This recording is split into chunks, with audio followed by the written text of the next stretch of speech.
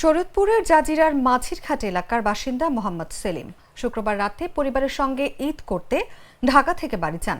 তবে এবার তার ঈদ কেটেছে উৎকণ্ঠায়। ঈদের আনন্দ এক নিমিষেই ম্লান করে দিয়েছে নদী ভাঙন।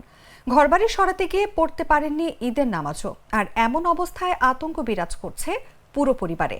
শুধু মোহাম্মদ সেলিম নয়, তার মতো আরও অনেক পরিবারের দিন কাটছে আতঙ্কে। কারণ জাজিরায় পদ্মা সেতু প্রকল্পের রক্ষা বাঁধে দেখা দিয়েছে ভাঙন। এতে বাঁধটির অন্তত ২৫০ মিটার অংশ ধসে পড়েছে। অনেকে সরিয়ে নিচ্ছেন তাদের বাসস্থান।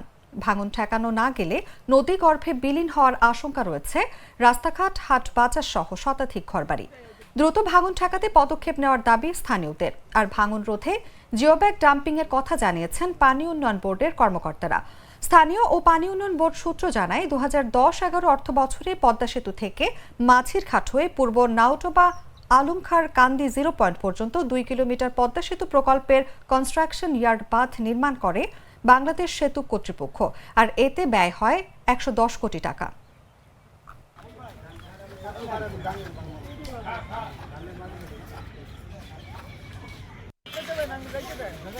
আমার তো কোনো ঈদ নাই। আমার বাড়ি ঘর পদ্মা নদীতে ভেঙে নিয়ে যাইতেছে। আমি ঘর দুয়ার সরাইয়া হাঁটতে পারতাছি না। আমার ঘর দুয়ার ভাঙতেছি। আমি খুব ক্লান্ত। অতি তাড়াতাড়ি বেড়িবাঁধের ব্যবস্থা না করেন তাহলে আমাদের এলাকা পদ্মায় নিয়ে যাবে। গতকাল পর্যন্ত যে ভাঙ্গা ভাঙতাছে প্রায় ২-২৫০ মিটার জায়গা ভেঙে গেছে, হেন থামতাছে না। এই যে সরকার যদি কোনো ব্যবস্থা তাৎক্ষণিকভাবে না নেয় তাইলে আর আমাকে থাকার কোনো কায়দা নেই। আর বাজারের দোকানপাট অন্তত ২-১০০ দোকান বাড়িঘর লইয়া সব বিলীন হয়ে যেতেছে, নদীর গর্ভে চলে যেতেছে। এখন সরকারের কাছে আমাকে একটু দাবি, সরকার যদি বস্ত হালায়, বালির বস্ত ফালায় তো আমাকে একটু আশা বাসা ওই ছিল আল্লাহ যদি ফালাই যেত তা আমরা থাকতাম বালবাচ্চা ফলাফল লইয়া। মাইকে যখন ঘোষণা দেওয়া হয় ঈদের দিন শুরু হতে না হতেই আজান দেওয়ার একটু পর থেকে এখানে চরম আকারে ব্যাপকভাবে নদী ভাঙন শুরু হয়। নদী ভাঙন শুরু হওয়ার পরে আমরা এখানে চলে আসি। তারপরে আমরা এখানে দেখি যে ভয়াবহভাবে এই বেড়িবাঁধ ধসে যায়।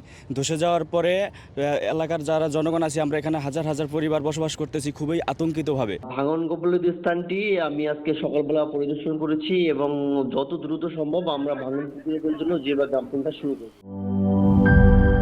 এই ঈদে জামা জুতো অ্যাক্সেসরিজের ডিসকাউন্ট।